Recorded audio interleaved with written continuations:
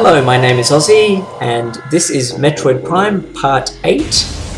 Today I'll be getting started right off the bat, collecting the super missile upgrade we saw at the end of the last episode, and I'm also going to be getting the thermal visor upgrade in this episode.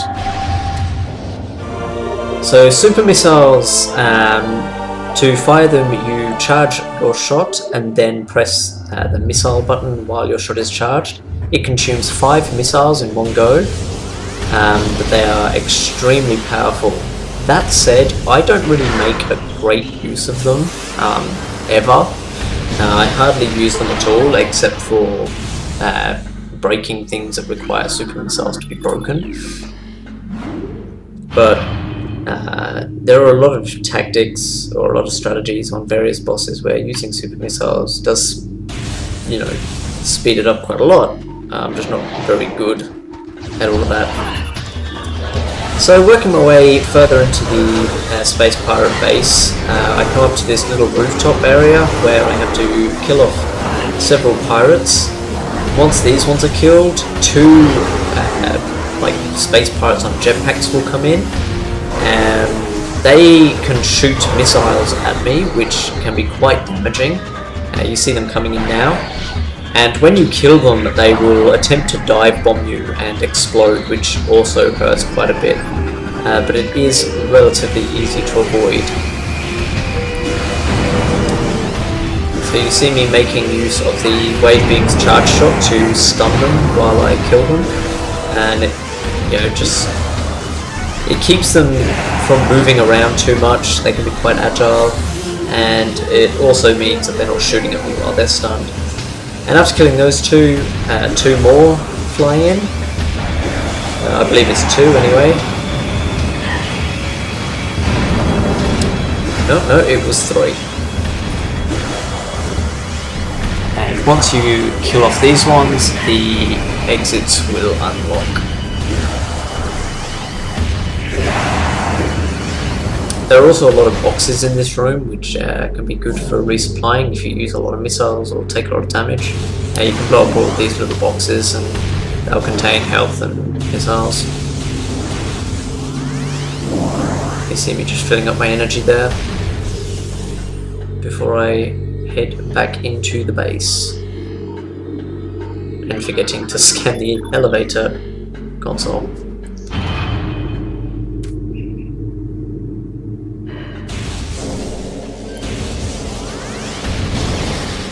So we have another one of these fairly simple tunnels, which leads me to the next research lab. And this is where we see our first Metroid.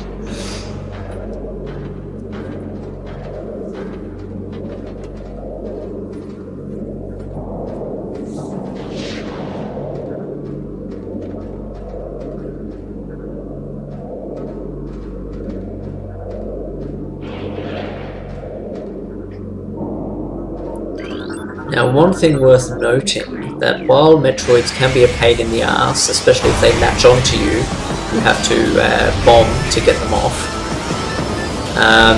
They are also enemies of the Space Pirates, so if you can get Metroids and Space Pirates in a room together, you can just let them fight each other before you have to do anything. Now, you saw me switch to my energy beam to finish off that Metroid. I don't know exactly how they work, but I found that if I attack them a bit with my wave beam, I get a few charge shots off. They sort of do this thing where they grow and absorb energy. I'm not 100% sure what that is, but after that point my wave beam doesn't really seem to do anything anymore. So I switched to the charge beam to finish them off because that seems to actually do something. Missiles probably work just as well.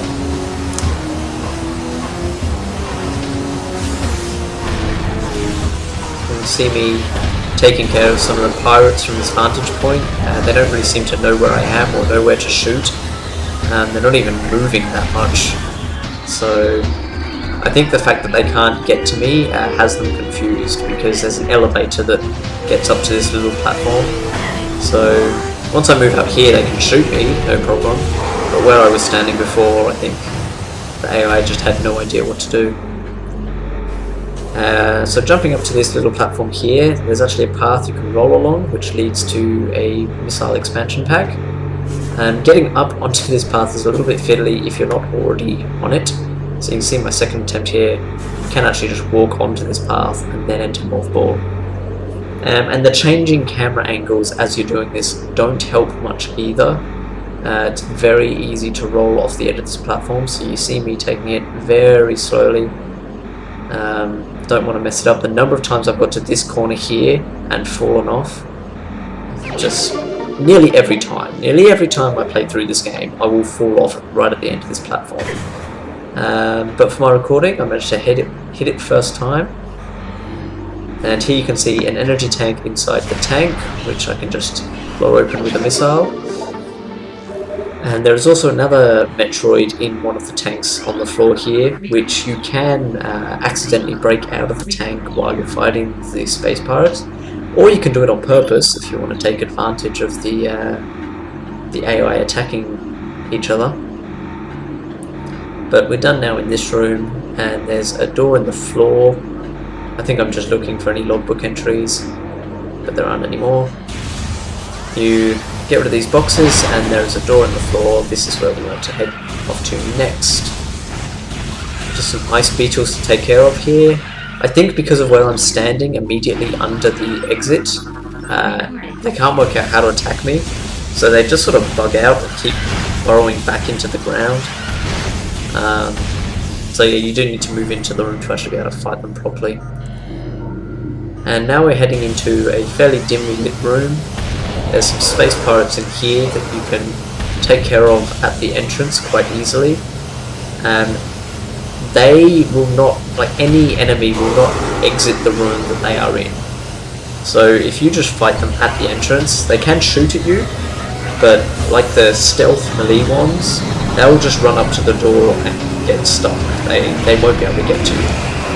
So anytime you see me hanging around a door and sort of using it for cover, that's just me taking advantage of the fact that enemies will never leave the room they're in. So just a few space pirates there to take care of.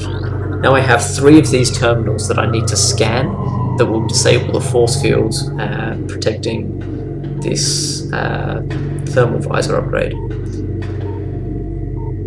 So there's one at the top, there's one about halfway down here.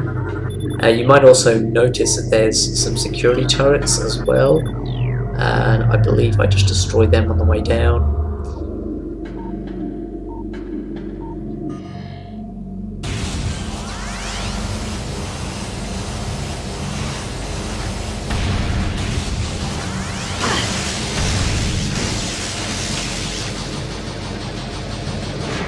And the last terminal that you need to scan is on the floor of the room.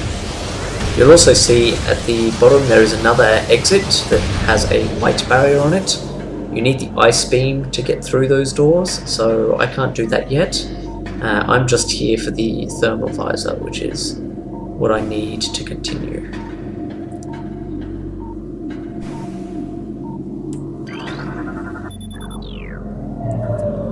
There we go. After scanning those 3 terminals, I can now collect the thermal visor. As soon as I collect this upgrade, this room will actually turn to pitch black. So you'll see me switch straight to the thermal visor so that I can actually see what I'm doing. And as you can probably guess, the thermal visor allows me to see heat. Very useful in some areas, and is the only way to get through darkened areas. And it's not just this room that is now gone pitch black. It's actually the whole research lab has gone pitch black. But you can see that our enemies stand out quite well. I think there are some that don't stand out on the thermal visor. They're actually like cold enemies, I guess. Or some that require the X-ray visor to see, and they don't stand out in heat at all. And making my way back up to the way I came in, I have to exit the lab the way I entered because of the white barrier. There are a few Metroids to take care of on the way back up. But it seems like 2 or 3 charge shots with the wave beam and a charge shot with the energy beam is enough to kill them.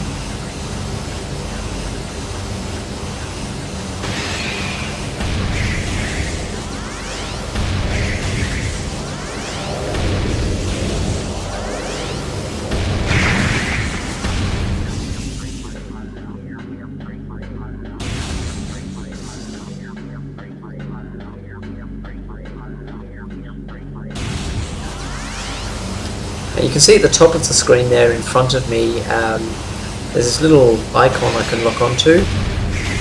This is a device that has to be activated using your wave beam, and they can only be seen using the thermal visor, and they basically power nearby objects. So in this case, the door that I came in has lost its power, and that restores it. And coming back out, there are now some of these little security drones. Because it's pitch black, I can't really see them without using the thermal visor, even though they don't stand out very well using the thermal visor. So these are an example of an enemy that don't give off much heat, because they're just like robot creatures. But what these will do is, if they get close to you, they will scramble your visor, making it so that you can't lock onto them, and they're very annoying to deal with at that point. Beyond that, going back through the research labs, there are now more space pirates that have respawned, as well as some Metroids that are, some of them were there before in their tanks, some of them are sort of newly spawned. But you can see me here, I let one out, and I kind of just ignore it. I'm letting it, you know, have its fun with the space pirates. You can sort of hear that they're all freaking out, shooting, and this one's not too happy with what I've done, as it comes and says hello to me. And you can see the Metroid there, finishing them off quite easily.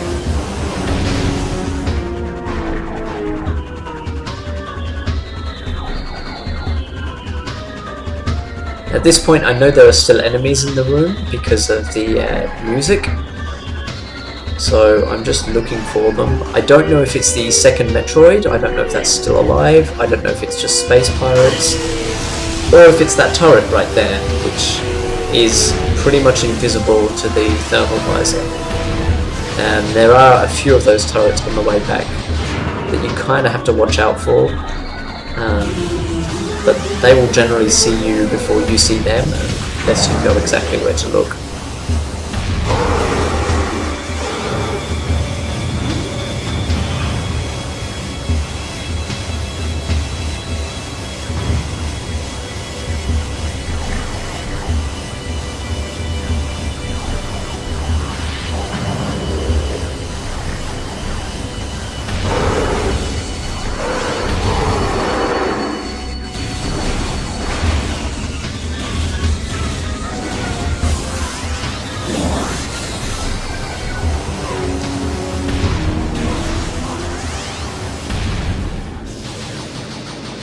And then you can hear the music dying down. That's my cue that all the enemies have been killed in this room. And you also saw I did manage to see that turret before it saw me. The visor has like a little sort of lock-on indicator, and that's what gave it away for me. Heading back up to this roof area, this part isn't actually pitch black because it's outside. And these 2 elevator shafts on either side aren't dark either. So I can actually fight this room like normal, but what I do is I shoot the door on the far side before I enter, and that prevents the doors from locking and forcing me to fight the space pirates.